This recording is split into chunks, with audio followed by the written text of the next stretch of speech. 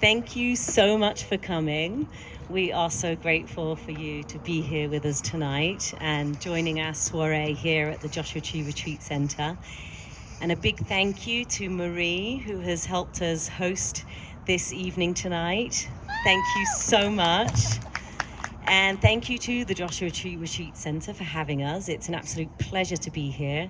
And I would like to say a little special thank you to Chakra, who made the introductions and allowed for all of this to happen. And also a little thank you to Petra, who is not here tonight. She couldn't be here, but she actually planted the seed of imagination for this whole event to happen. So thank you so much. And well, I think you all pretty much know myself and Chris. I'm Rachel, and this is Sivon Hassett.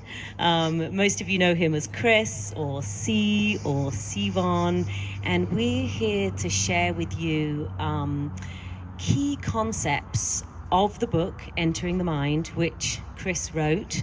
It was recently published just a few months ago, and the reason why we are here to speak about entering the mind is that it speaks to a very profound meditation practice known as Dzogchen.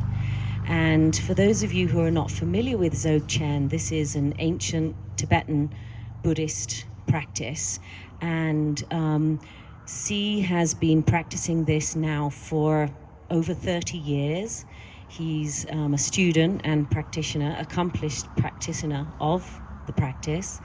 And he wanted to express himself through writing the book so that the book can really speak to the experience of an accomplished practitioner, as opposed to perhaps speaking from the perspective of being a teacher.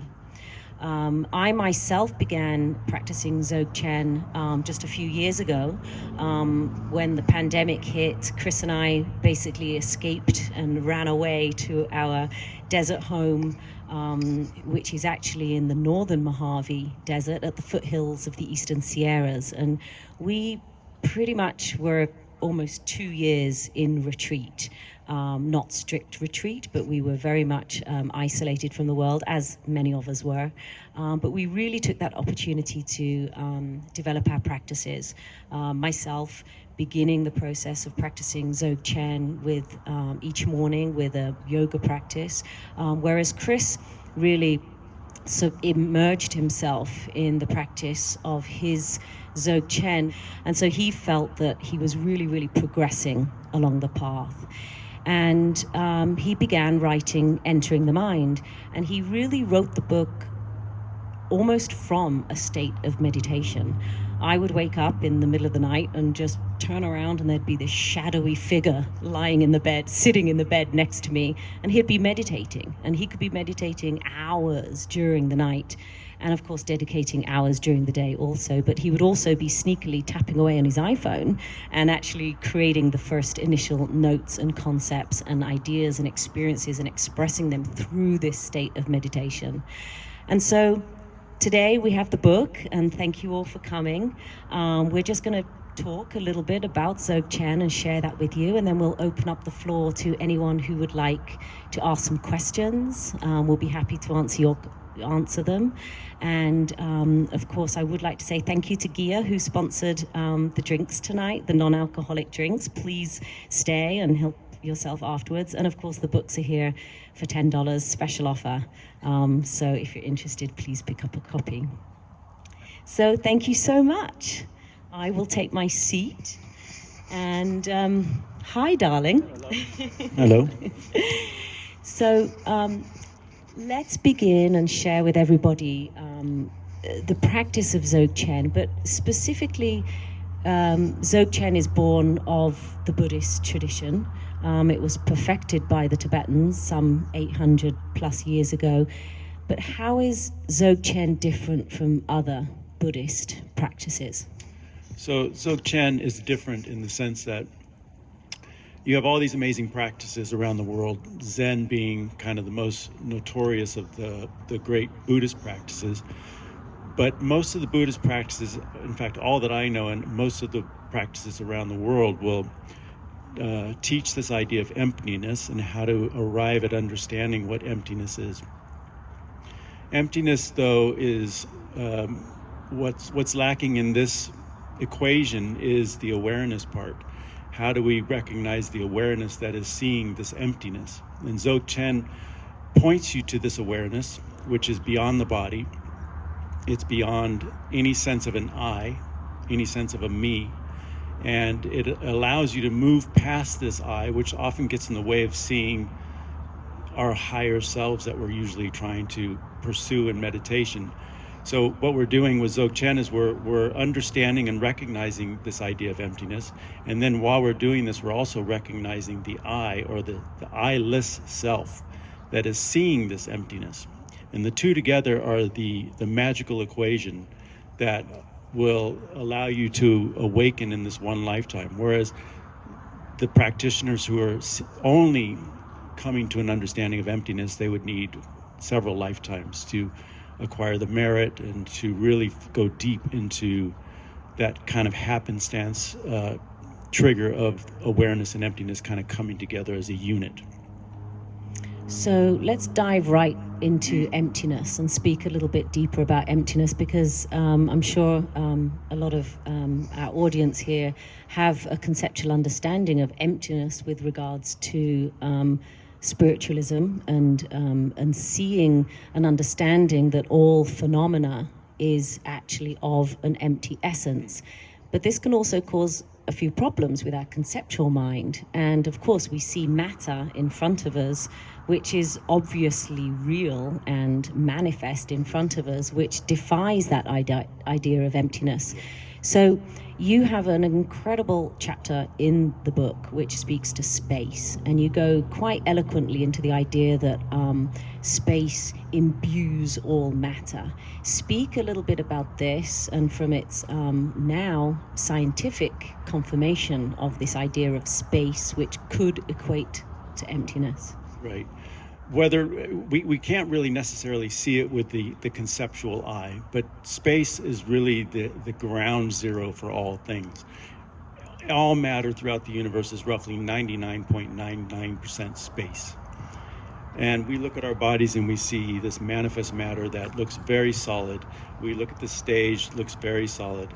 And in fact, it's mostly space. And what quantum physics is now really identifying and seeing through the quantum lens is all that space is taking place within the atoms and between the proton and the atom. You have 100 trillion cells in the body, and each cell has 100 trillion atoms. And within every atom, there's just an incredible amount of space. So between the proton and the atom's outer shell, it's like this, it's like, well, if you were to expand a proton to the size of a grain of sand, the atom shell would be about 150 feet. If you were to look at the Planck level below the proton to the proton to the Planck, you would be looking at from here to the next solar system. And this is all taking place within our body, within each cell. So if you were to remove all the space in all the cells in our body, we would be reduced to the size of a mote of dust. And it's this space that we're attempting to integrate with in meditation, to really come to see and to really inhabit and recognize that the body does not hold the I. It is not the container for ourselves. Ourselves, the body is within the awareness, because the awareness is one-to-one with space. So when the body drops and we become a corpse, awareness just moves right into this space. It's never left the space, but right now the body's grounding it. So the meditation practice is having us do all kinds of kind of like gymnastics, mental gymnastics, to kind of become aware of the body being less than what we give it in terms of our conceptual being. And so as far as the Dzogchen teachings guiding us through this process, we are reminded that the actual essence of who we are is actually a unification, a union, as it were, between the emptiness, which is the essence, and the awareness. Yes. Which these two combine. So it's a union of these two combined. Yes. That actually is the true nature of our minds. So yes, yeah. and in seeing this emptiness, we're also now, so in meditation practice, we actually come to see this emptiness. The teachings will give you the tools to observe this emptiness, because emptiness is often now a cliched phrase. You know, people talk about emptiness, and really, what are we speaking to when we speak to emptiness? We really are speaking to the essence of space, kind of infusing and imbuing all of this matter. Things aren't what we call them. You know, this hand is not a hand, because if we just looked at the hand, we're seeing skin and nails and knuckles and veins. So we have these names for things that we on a conceptual level think are one-to-one with the thing. But in reality, the thing doesn't exist under the concept that we've laid on it.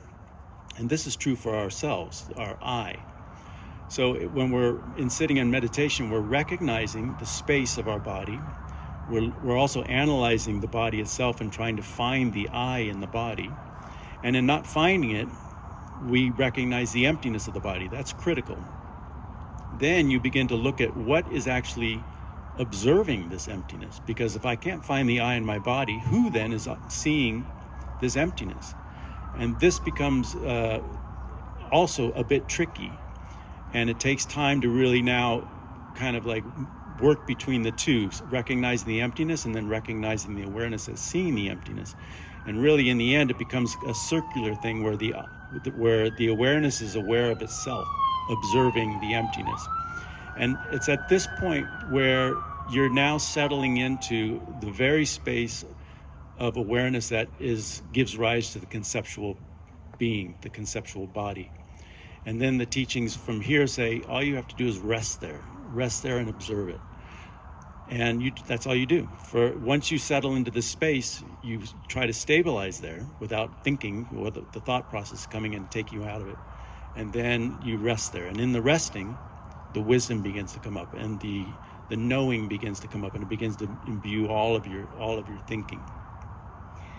And so with this idea of recognizing and resting, this is almost the key to Dzogchen. Yes.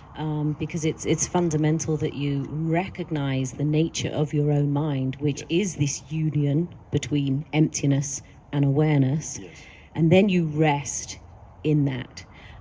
Because I know that, you know, many of us have experienced these moments of awe, these moments of almost time stands still, and you know, you could watch a beautiful sunset, and for that moment that you're staring at the sunset, for some reason everything disappears, and it's just you with this awareness that is watching and appreciating this sunset. And this can happen also when we're active. You know, some marathon runners, they can be running and running and running and running and running, and then all of a sudden their consciousness is sort of entering into this space of emptiness, but they're aware of this space of emptiness. And so with these moments, we as human beings all have the capacity to experience this. But Dzogchen training teaches you how to recognize it when it happens. Yes. And the training of the meditation is actually to train you to familiarize yourself with this recognition and then rest. So with this idea of emptiness being also considered almost like impermanence and change and interconnectivity. Speak a little bit about that, because I know that we're here in the desert and we have Mother Nature all around us, and this emptiness sometimes is difficult for us to get our heads around. But the idea of this emptiness is that things are constantly in motion and constantly changing. And the idea of impermanence is also a way to tap into the understanding, at least from a conceptual point of view, of emptiness. So a couple things don't change. Space never changes, and impermanence never changes, in that everything is always impermanent. That's always the way it's going to be. That's a changeless thing in the sense that it's continually always changing. We spoke of 100 trillion cells in the body. In each one of those cells, there's 36 billion chemical changes taking place every second. So, and we think of ourselves as solid beings, but in reality, we're changing so fluidly and our consciousness with it is also changing fluidly, and our ego is saying, no, let's hold this all in place. But we don't need to hold anything in place. All we need to do is observe the things as they are and allow for everything to be as they are, and then try to, as you mentioned earlier, move into observance mode, where you're appreciating the change of everything, allowing for the change, including the change of yourself that's moving you from a young individual from birth to ultimately death. And this is all part of the great change. And the reason why we want to even be looking towards this idea of death is because we will be dying, some of us sooner than we would expect. And so when we're looking at our awareness that is beyond the body, we gain confidence in knowing that the awareness will continue on after the body drops, and will continue on forever. Awareness and space are one, they're fully united, with the only difference being that the space of our awareness is filled with knowing. And this knowing, like space, is endless and timeless, eternal. And we just keep taking on body after body after body after body, and we forget and we forget and we forget and have to relearn. So this idea of change is a beautiful thing. It allows us to seek our higher selves. If we were fixed beings, we would just be stuck as a particular person. So change is beautiful. The thing is, we want to now learn to observe this change, then rest in this change, and observe the awareness that is not changing amongst all of that. Great. And so you mentioned the ego, and of course in many topics and conversations about spiritualism, in a broad sense, many people refer to the ego, and you actually in the book quite eloquently refer to it as the I entity, and you mentioned that earlier. So this, when we hold on to the I entity, which is literally the obsession, as it were, with self, like this is me, this is mine, I own this. This gives birth to what is known as dualistic thinking. Now, dualistic thinking is also quite a common phrase. Speak a little bit to this and what actually is meant, at least from a Dzogchen perspective. What exactly is dualistic thinking, and what in the practice do we do to move beyond dualistic thinking and enter into this state of oneness? Right. So dualistic thinking is, again, entity number one is your I entity. It's the I am this, I am that. And these create the stories and the narratives that build up around ourselves. From the perspective of the I, there's obviously going to be the other. And this is where dualism comes into play. Whenever there's a thought, the thought is usually thinking of something else. So when we're looking at the awareness self, where the I arises in, we can see the I as a mere concept. We see it as this flinty little thing that is like a stick that you can throw away while you're in meditation. But as soon as you get up from meditation, the I pops right back up into full being, and you forget the awareness being that you were kind of inhabiting for a little bit there. That was magnificent. So the I, again, is not a bad thing, and it's not necessarily an obsession either. It's more habitual. It's how we habitually think. So the training is to kind of break that habit of reacting and being from the perspective of the I, and more inhabiting the perspective of our awareness, which is an allowance of all things. There's no judgment in this state of awareness. There's simply an acceptance of how things really are for all things and all beings. And this is really where we want to end up as a singular being, because this is the highest of ourselves, to be an allowance of all. We see the Dalai Lama is like this, and we see these great masters who just have this amazing ability to just be present, because they're no longer inhabiting their I as much as they are now in their full awareness mode. And this awareness is just a glorious, spacious entity of kind of nothingness. The teacher that we studied under a few months back said he would go up to speak to one of his great masters, Dilgo Khyentse Rinpoche. And Khyentse Rinpoche was full of love. He just like exuded love. But he would walk up to talk to his master and ask for some teachings, and he would look into his eyes and he would just see nothingness, emptiness. He would see space, because behind that skin was this man who was fully enlightened, and there was no personage behind there. There was no narrative in there. And so this is where we're trying to aim in our meditation, to kind of move past that I that is very problematic.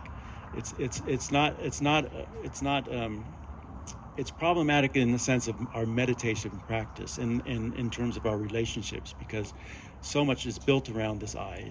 Fear is built into the I. Depression is built in. You know, there's all kinds of things that create problems for us as humans. And so it's a great practice to kind of recognize that the I is not anything about ourselves, that the awareness is the one that gives rise to the I. And this is where the training takes us. And I remember that in that moment when Sonia Rinpoche shared that with us. And what struck me was that in that moment when he approached his master, because his master wasn't a fully fledged ego I entity, what happened in that moment when he transmitted the teachings to him, it was just spontaneous presence. So it was almost a channeling of divine wisdom to his students, because his persona and self and I entity was not the barrier. There was no ego there to challenge that. Yes. I love that. And you also mentioned something which, again, you have a chapter speaking to it in the book about the fourth time. And I love this. It's actually, conceptually, it's simple, and yet to experience it is, of course, the training. But this idea that there is no past, there is no present, and there is no future. And so Dzogchen refers to it as the fourth time. Explain a little bit what that is and what we need to do to actually experience that fourth time. Right. Well, again, to get back to the idea of space, we can look at space here right now, and we can look at space through the infinite and recognize that there's no past in the space. There's no present in the space either. You couldn't find the present if you look for it, even though we're here right now. And there's no future in the space. We see that. Well, in Dzogchen, we're looking at the awareness that is one-to-one with space. And when you enter this non-conceptual space, you're also not only you looking for there's a lot of analysis that takes place in this. It's kind of an inquiry practice. And you're looking for the I, yes, but you're also looking for the now, the present. And if you look for a now is like a point in time around which there's duration. Well, you can't find that point in time because, like space, there's no point anywhere. You just simply see the totality of it. So when you're in this space that's non-conceptual, when we enter our conceptual selves, this is where time enters, because now that we're thinking and now that we're in a place and things have a perspective, and so, but when you're in the non-conceptual state, there is no time, and they call this the fourth time, and this is the time you want to kind of end up in, hopefully every time you sit down to practice. And I'd like to say that I love these deep conceptual conversations. I mean, this is basically how we spend our time.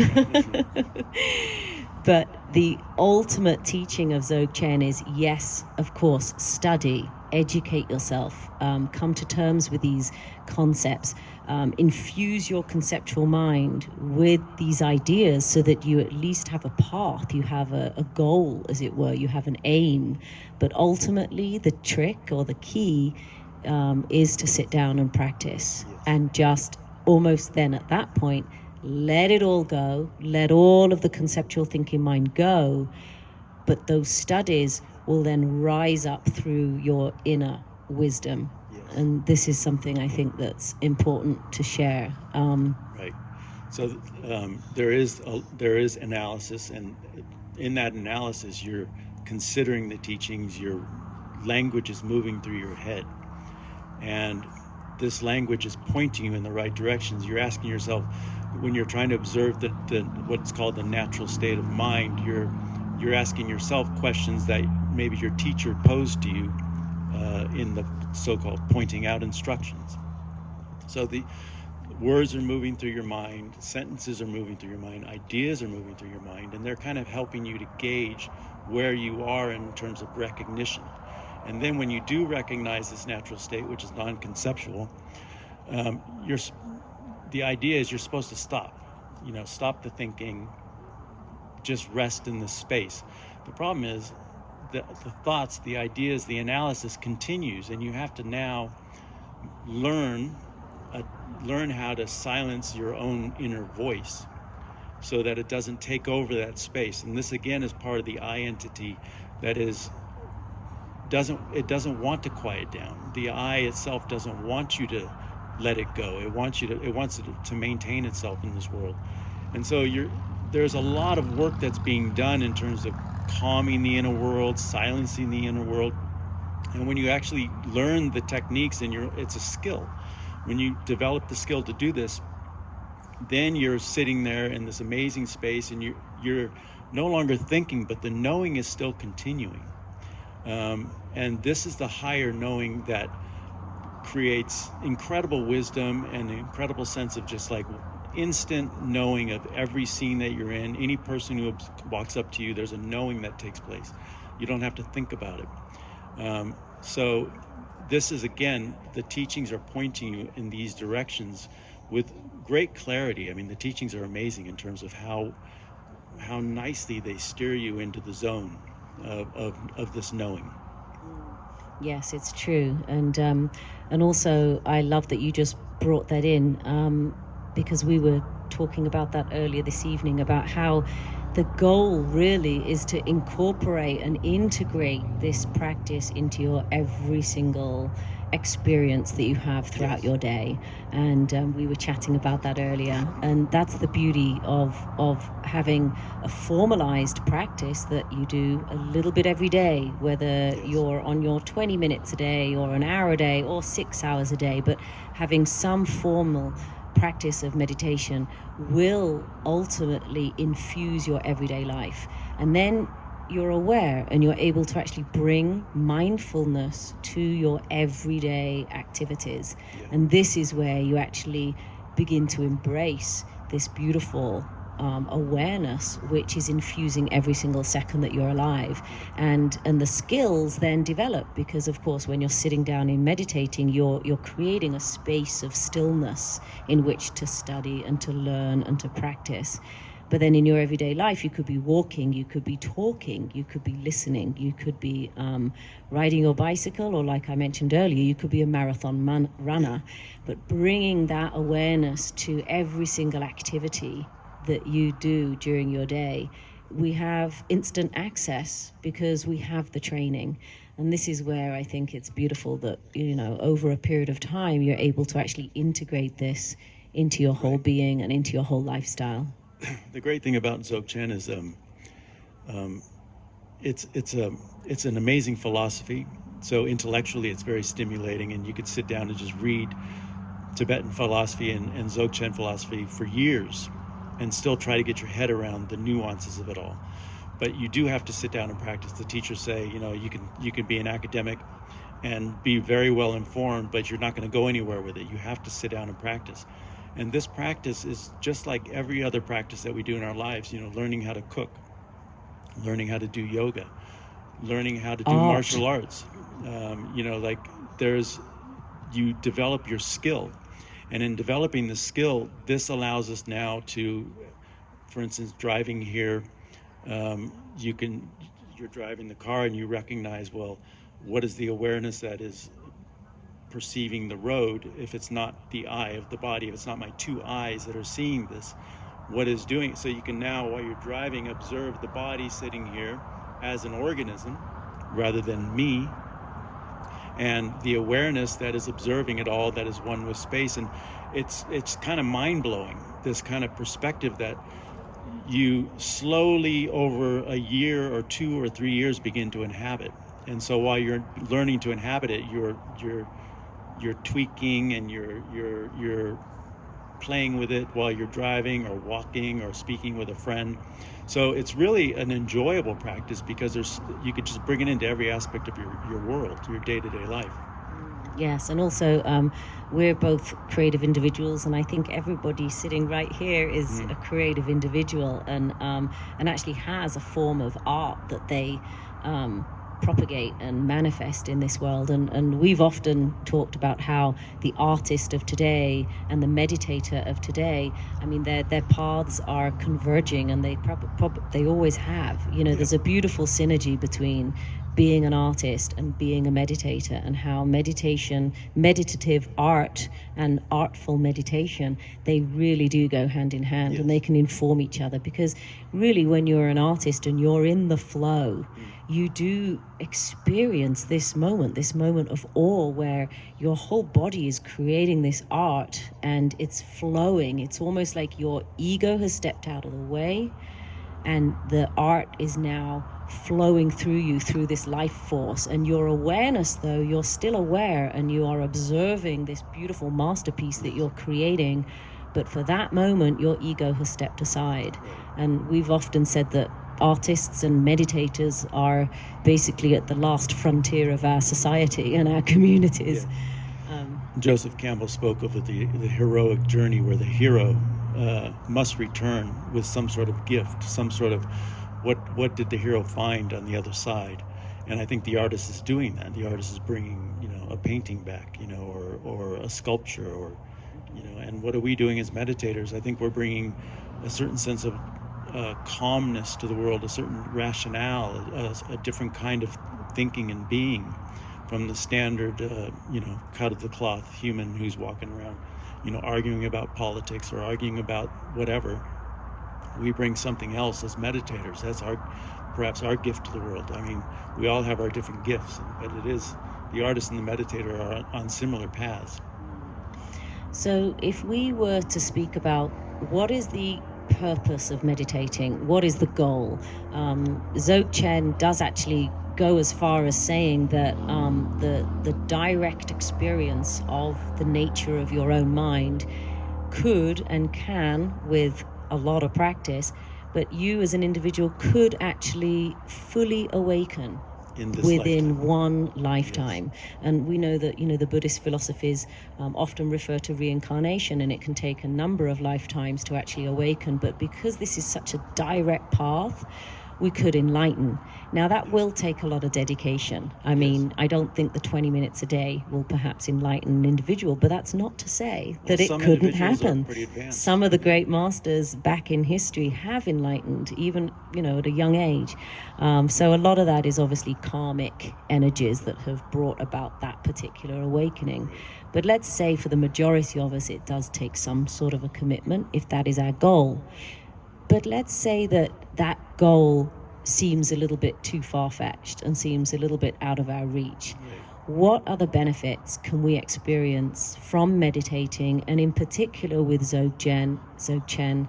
You mentioned fear, anxiety, depression, but I would like you to also speak about the compassionate aspect and the fact that one of the purposes of meditating is also to meditate for the benefit of all other sentient beings. Yes. Well, I mean, really, on the practical level, I mean, at least I am aiming to, I would love to enlighten in this lifetime. It's an idea. But along the way, I'm advancing in my practice in ways that are very surprising, in the sense of I've watched anxiety leave my experience. I've watched fear leave my experience. The sense of being shy, of being afraid to speak in front of people. That's left my experience. Even though tonight I felt nervous coming up here, it wasn't debilitating like at one time it might have been. So these things just disappear from us. Depression is really a key element, and one of the reasons why it's disappearing is because you're actually analyzing the very source of these things, which is the I. The I, which is a projection from within. It's a mental projection within your own mind that is kind of laying itself on this body, and then we're perceiving ourselves as being viewed by others and trying to protect ourselves from that gaze. And there's all kinds of complications that come in, and not to mention the stories that come along with our experience that we kind of continue to tell, and this plays into our sense of fear, our sense of trauma, our sense of depression. So in analyzing these things from the inside out, all on its own, not that this is not your goal is to enlighten, but along the way, and very quickly along the way, these things just go, they disappear. And it's just quite a magical movement from seeing the person who you were maybe 5 years ago to the person you are today, as a result of just meditating every day, and meditating with this particular practice that points you towards the awareness being that is one-to-one with the empty being. And with all natural forces of nature, when a void is created, it will refill with something else. With love, and what is returned is love. You find love, compassion comes up, understanding, tremendous compassion. Yes. Joy comes up, in really unexpected moments, and this is because you're not being filled with all of the old maladies that the Western world kind of hands to us right from birth. It just gives you the anxieties, it gives you the depressions, it gives you the idea that you're an addict, it gives you the idea that you're all of these things that you need to either be ashamed of or raise the red flag and say, this is what I am. And Dzogchen will allow you to move through all of those stories and all of those flags and all of those personas, and they just kind of drop away. And what's left is this true and beautiful sense of love, and sitting there watching a sunset, no longer observing it with your eyes and from an intellectual perspective, but a joyous, heartfelt observance of that sunset. Beautiful.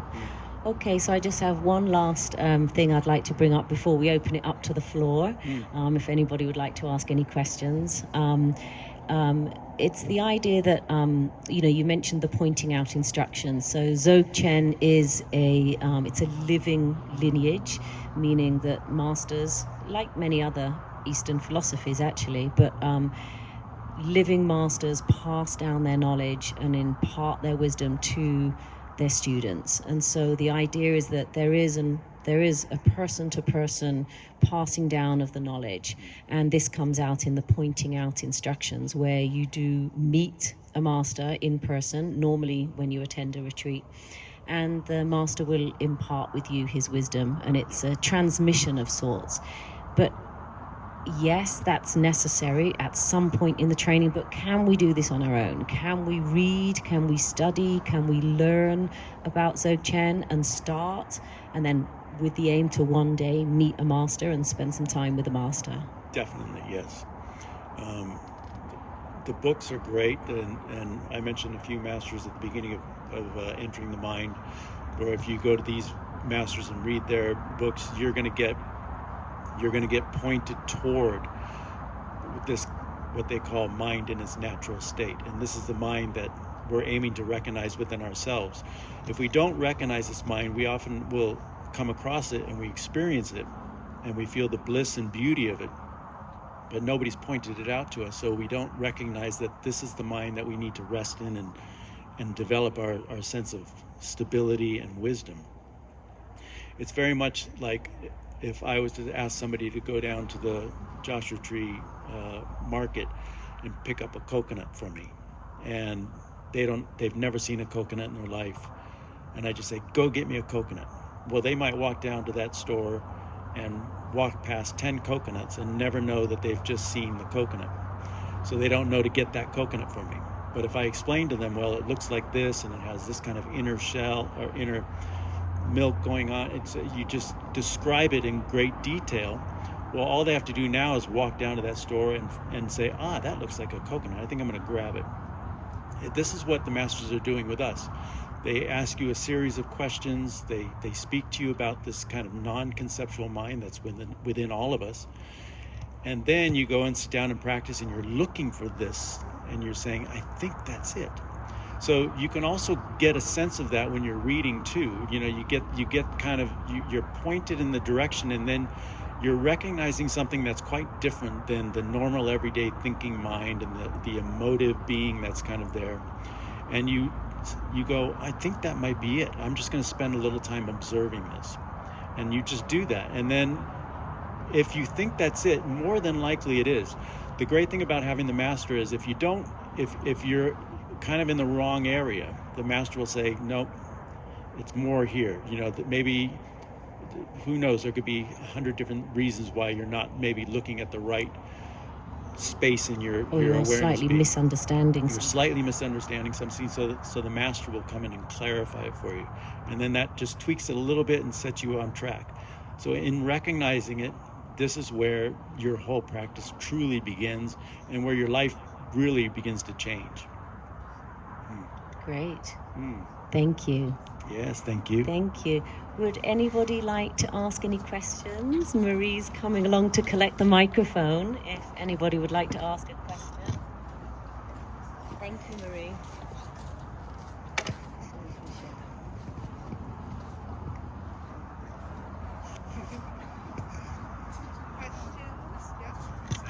Thank you guys so much for your everything. Thank you for coming. Thank you. I guess we actually have to get running, but maybe you mentioned about awakening or being enlightened for all sentient beings.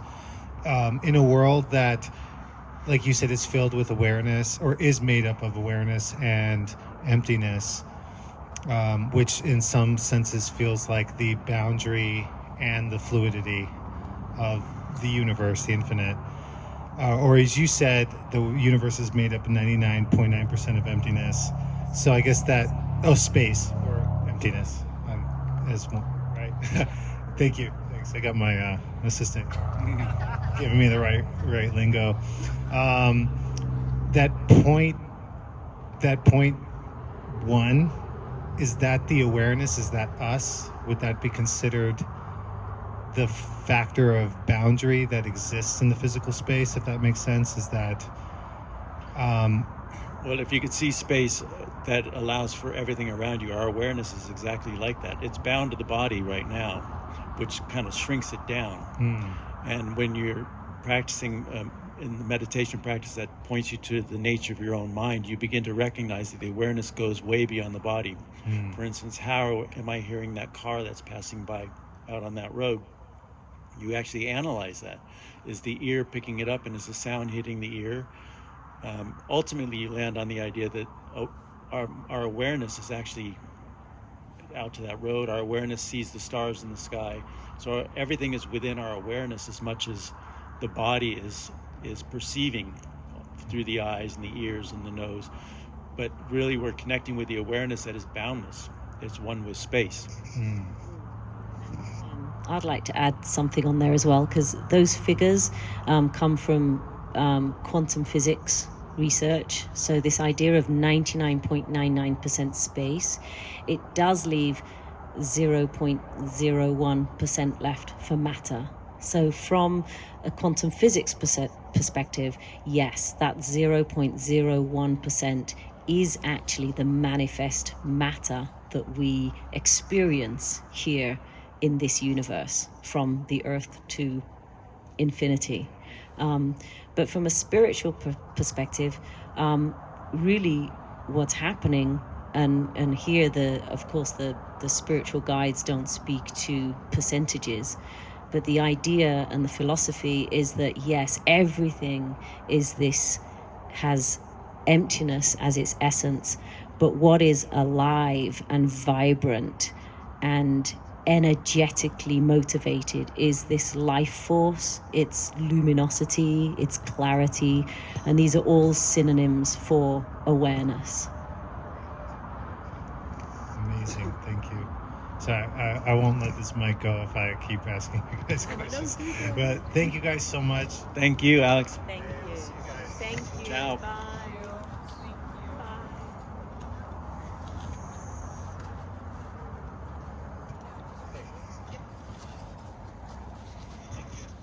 I'm going to throw a curveball. Sure. Children. Many spiritual traditions, children are almost gods, right? And so to me, very few people have a recognition of what their mind was like when they were young, right? And so these babies are just, I wonder if you have any thoughts about that essence right? That you're born with, and then we kind of get clouded as we go along, right? So in some sense, we're returning back to this innocence, Yeah. the wonder, right? That sometimes children see. Right. I think that wonder is born of the child who is not bound by all the concepts of the world. They're seeing the world fresh. And without the stories to get in the way, they're actually seeing the true beauty of things and the incredible detail in all things. It's when we start acquiring all the stories and we get really bound down in our own conceptual being that we begin to lose sight of the true beauty of this world.